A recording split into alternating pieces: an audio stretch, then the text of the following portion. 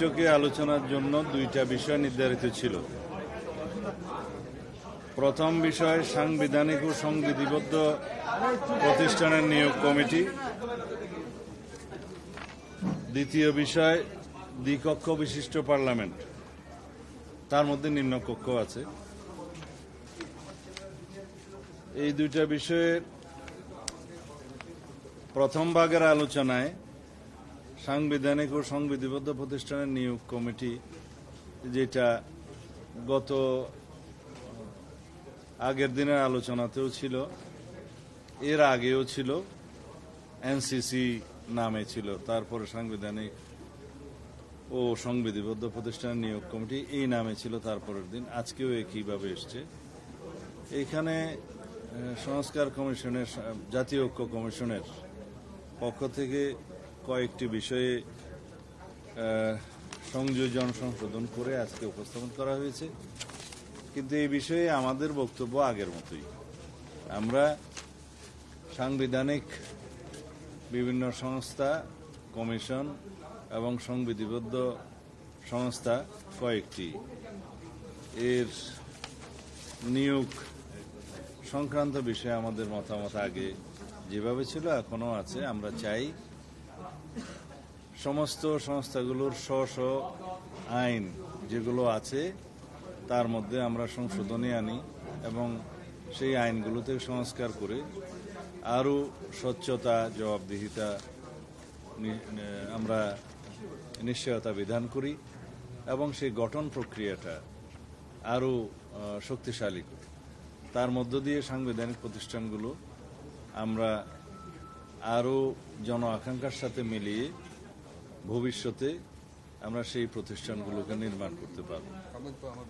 সংবিধিবদ্ধ প্রতিষ্ঠানের ক্ষেত্রেও একই, বিদ্যমান আইন, যেমন দুর্নীতি দমন কমিশনের বিষয়টি এখানে এসছে, বিদ্যমান আইনে অনেক সংস্কার প্রয়োজন। আমরা প্রয়োজনীয় গণতান্ত্রিক সংস্কারের মধ্য দিয়ে দুর্নীতি দমন কমিশনের নিজস্ব স্বচ্ছতা, জবাবদিহিতা, নিশ্চয়তা বিধান করতে চাই এবং একই সাথে একটি শক্তিশালী দুর্নীতি দমন কমিশন, কার্যকর দুর্নীতি দমন কমিশন আমরা গঠন করতে চাই।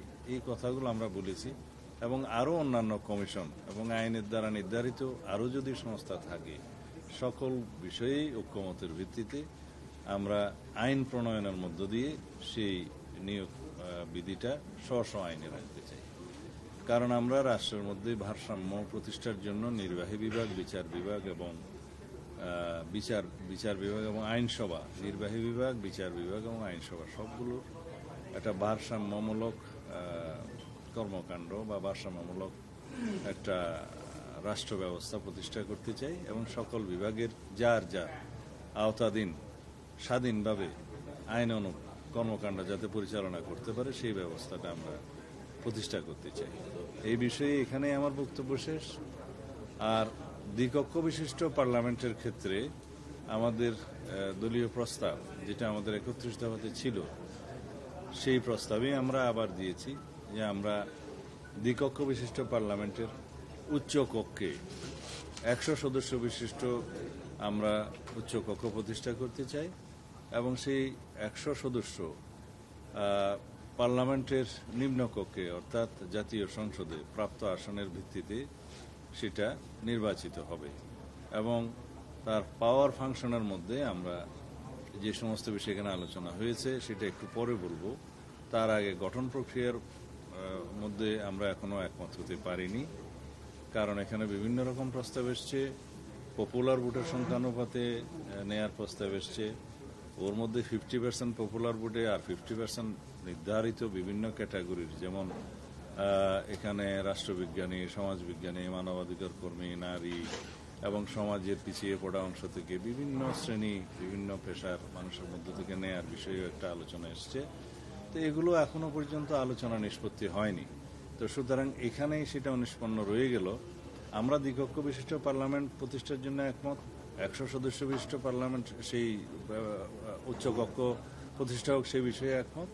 তবে নির্বাচন প্রক্রিয়া কিভাবে হবে সেই বিষয়ে যদি কোনো আরও সুন্দর প্রস্তাব আসে, গ্রহণযোগ্য প্রস্তাব আসে দেশের স্বার্থে, জনগণের স্বার্থে, আমরা সেটা বিবেচনা করব। কিন্তু সেরকম কোনো প্রস্তাব এখনো পর্যন্ত উঠে আসেনি। এই হচ্ছে দ্বিকক্ষ বিশিষ্ট পার্লামেন্টের বিষয়। আর নিম্ন কক্ষের বিষয়ে অর্থাৎ বিদ্যমান যেটা আমরা জাতীয় সংসদ হিসেবে জানি, সেখানে বর্তমান পদ্ধতিতে যেভাবে নির্বাচিত হয়, যে এখানে ইংরেজিতে সেটা বলা হয়েছে ফার্স্ট পাস দি পুল, সেটা বলে সে সিস্টেমে, মানে সরাসরি নির্বাচনের ক্ষেত্রে সংসদীয় আসনে, সেই সিস্টেমে এই জাতীয় ঐক্য কমিশনের পক্ষ থেকে লিখিত প্রস্তাবে সেটাই বলা হয়েছে। আমরা সেটাতে একমত। হয়তো দুই একটি দল আলাদা কোনো মতামত থাকতে পারে, সে বিষয়ে আমি যাব না। তো সুতরাং এখন এই দুইটি বিষয়ই আজকে অনিষ্পন্ন রয়ে গেল। জাতীয় ঐক্যমত্য পোষণ এখনো হয়নি। জাতীয় ঐক্যমত্য কমিশনের কাছ থেকে প্রস্তাব এসেছে যে সেটা ওনারা আবারও আলোচনা করবেন। তা আমরা আলোচনায় আগ্রহী।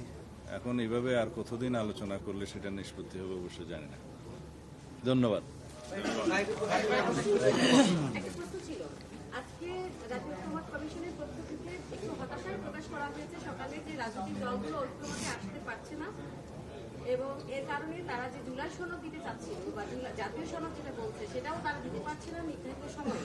তবে আশাবাদ এটাও ব্যক্ত করেছে যে জুলাই মাসের মধ্যে তারা সনদটা দেবেন। এক্ষেত্রে বিএনপির অবস্থান কি জুলাই সনদের সাথে আপনাদের ঐক্যের এই বিষয়গুলো রেখে বলবেন? তাহলে লম্বা আলোচনা করতে হয়।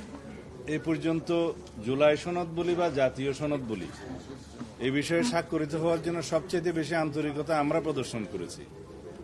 আমরা জাতীয় মূলনীতির ক্ষেত্রে আমরা আমাদের অবস্থান জানিয়েছি, আমরা কি বিষয়ে একমত। আমরা 70 অনুচ্ছেদের ব্যাপারে আমাদের পজিশন জানিয়ে আমরা সেখানে একমত হয়েছি এবং সেটা জাতীয় সনদে অন্তর্ভুক্ত হবে, সবাই সেটা একমত হয়েছে। এবং এরপরে পার্লামেন্টের স্থায়ী কমিটিগুলোতে সভাপতিত্ব দেওয়ার ক্ষেত্রে বিরোধী দলের কাছে সভাপতিত্ব দেওয়ার ক্ষেত্রে আমরা তখন একমত হয়েছে 4টি গুরুত্বপূর্ণ কমিটি সহ। আর আসনের সংখ্যার অনুপাতে যা পাবে বিরোধী দল সেখানে হয়তো 1/3ও আসতে পারে, সেগুলোর বিষয়ে আমরা একমত হয়েছি।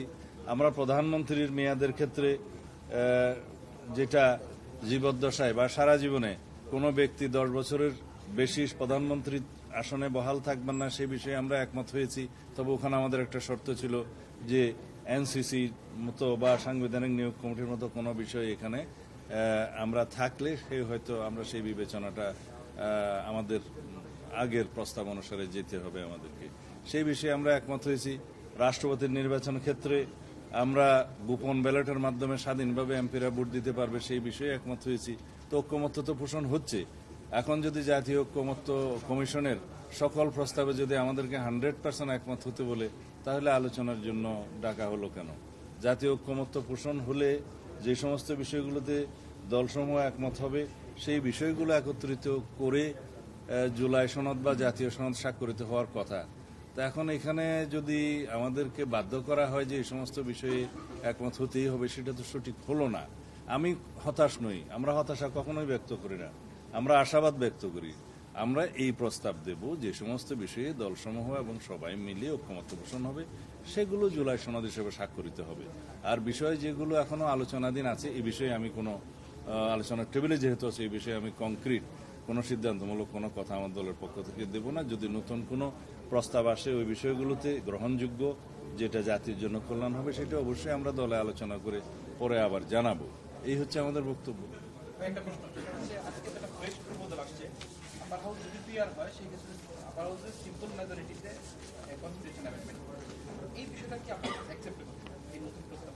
আপার হাউসে সিম্পল মেজরিটিতে যে কোনো সাধারণ বিল অ্যামেন্ডমেন্ট মানে কি কনস্টিটিউশন অ্যামেন্ডমেন্ট? কনস্টিটিউশন অ্যামেন্ডমেন্টের ক্ষেত্রে আমাদের কথা আছে, যদি সংবিধানের অ্যামেন্ডমেন্ট 2/3 মেজরিটিতে হয়, তাহলে পরে আমাদের দেয়া প্রস্তাবে, আগের প্রস্তাবে যে আসনের সংখ্যা অনুপাতে ওখানেই আমরা আছি। আর যদি জেনারেল মেজরিটিতে সংবিধান সংশোধনের বিল পাশ করার বিধান রাখা হয়, সেই ক্ষেত্রে নতুন কোনো প্রস্তাব যদি আসে যে পপুলার ভোটের মধ্যে অথবা অন্য কোনো ক্ষেত্রে, সেটা যদি কংক্রিট কোনো প্রস্তাব আসে, তখন সেটা আমরা আলাপ আলোচনা করব।